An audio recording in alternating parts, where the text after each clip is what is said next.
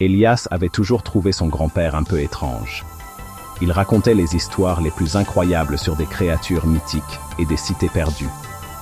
Élias adorait ces histoires, mais il n'y avait jamais vraiment cru. Un jour d'été caniculaire, le grand-père d'Élias est décédé. Élias était triste, mais il ressentait aussi un certain sens de l'aventure. Il savait qu'il devait faire le tri des affaires de son grand-père au grenier. Le grenier était sombre et poussiéreux. Des toiles d'araignées pendèrent de chaque coin. Élias déplaça avec précaution de vieilles boîtes et des meubles. Il trouva les vieux journaux et les cartes de son grand-père. Alors que le soleil commençait à se coucher, Élias tomba sur un petit coffre en bois niché dans un coin. Il l'ouvrit et trouva un médaillon en argent, terni reposant sur un lit de velours décoloré. Le médaillon était froid au toucher. C'était un cercle entourant une étoile à 7 branches. Il glissa le médaillon dans sa poche, ignorant que ce simple geste allait changer sa vie à jamais. En quittant le grenier, Élias sentit un frisson lui parcourir l'échine. Il ne pouvait pas se débarrasser de l'impression d'être observé. Cette nuit-là, Élias n'arrivait pas à dormir. L'image du médaillon ne cessait de lui traverser l'esprit. Il se retournait sans cesse, le poids du médaillon pesant lourd dans sa poche. Soudain, il entendit un bruit en bas. C'était un bruit léger, comme si quelqu'un se déplaçait prudemment dans l'obscurité. Élias se redressa dans son lit, le cœur battant la chamade. Il écouta attentivement. Les lames de plancher craquèrent doucement. Il y avait certainement quelqu'un en bas. Il sortit du lit et attrapa sa lampe de poche. Retenant son souffle, il se dirigea sur la pointe des pieds vers la porte de sa chambre et l'ouvrit lentement. En jetant un coup d'œil au coin du couloir, il se figea. 3 silhouettes sombres, leurs visages cachés par des capuches noires, fouillaient dans les affaires de son grand-père. Élias savait qu'il devait trouver de l'aide.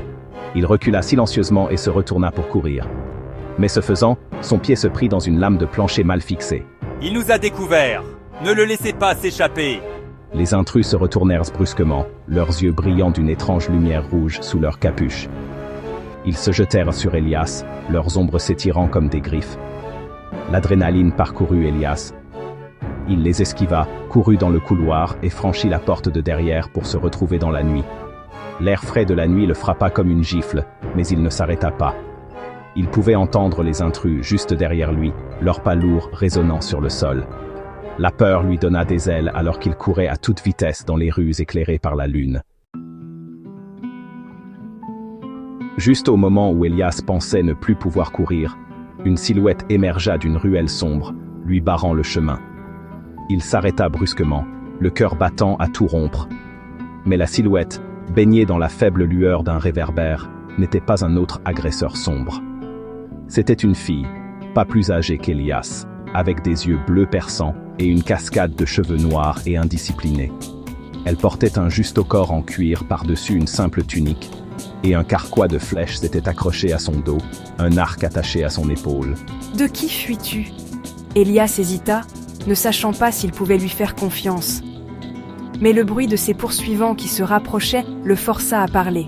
« Élias, je ne sais pas, mais ils essaient de me tuer. » Les yeux de la fille se plissèrent. « Montre-moi. » Élias porta instinctivement la main à sa poche et en sortit le médaillon d'argent.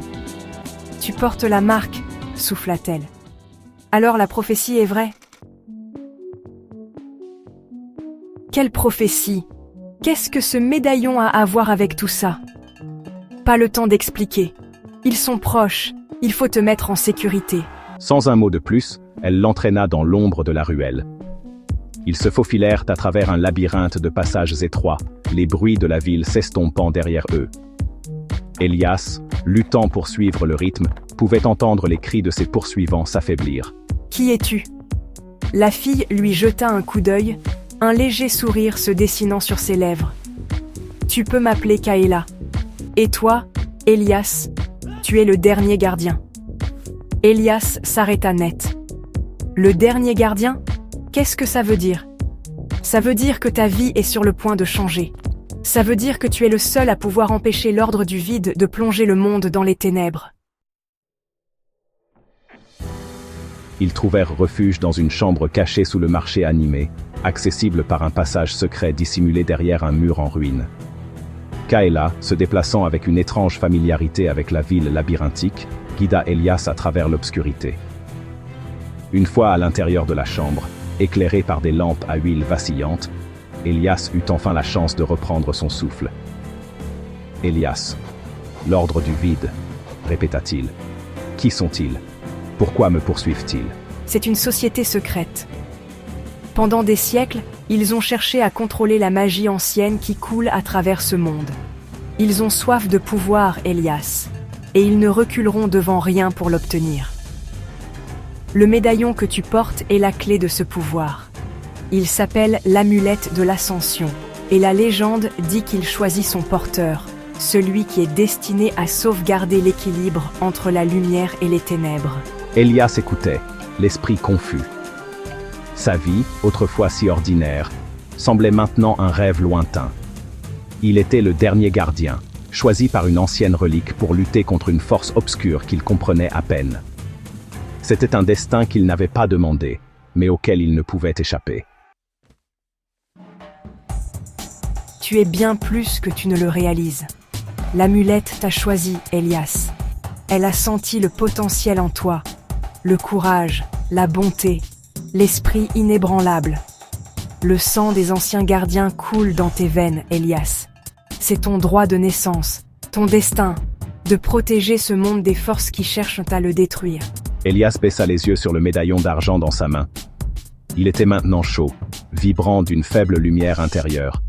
Elias, que dois-je faire? Tu dois apprendre à contrôler le pouvoir de l'amulette. Tu dois maîtriser la magie ancienne qui coule en toi. Je te guiderai, Elias. Je t'apprendrai tout ce que tu as besoin de savoir.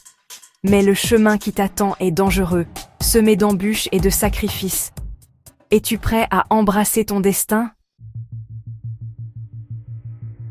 Elias regarda au fond de lui-même, cherchant la réponse. La peur persistait, un nœud froid dans son estomac. Mais elle était éclipsée par un sentiment croissant de devoir, un désir ardent de se montrer digne de la confiance qui lui avait été accordée. Il pensa à son grand-père, aux histoires fantastiques qu'il avait l'habitude de raconter. Des histoires qui semblaient maintenant moins de la fiction que des prophéties. Il pensa aux silhouettes sombres, à l'ordre du vide et aux ténèbres qu'il cherchait à déchaîner sur le monde. Il savait, au plus profond de son être, qu'il ne pouvait pas rester les bras croisés pendant que le mal sévissait.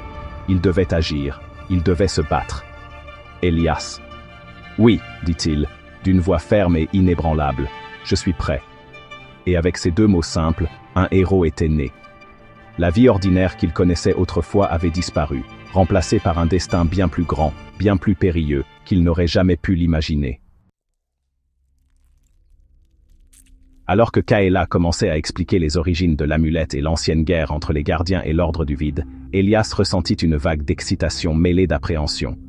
Il entrait dans un monde de légendes et de magie, un monde où d'anciennes prophéties se réalisaient. Et il était au centre de tout cela. La chambre, qui n'était plus seulement une cachette, se transforma en terrain d'entraînement, un sanctuaire où Elias commencerait son voyage pour devenir le gardien qu'il était destiné à être.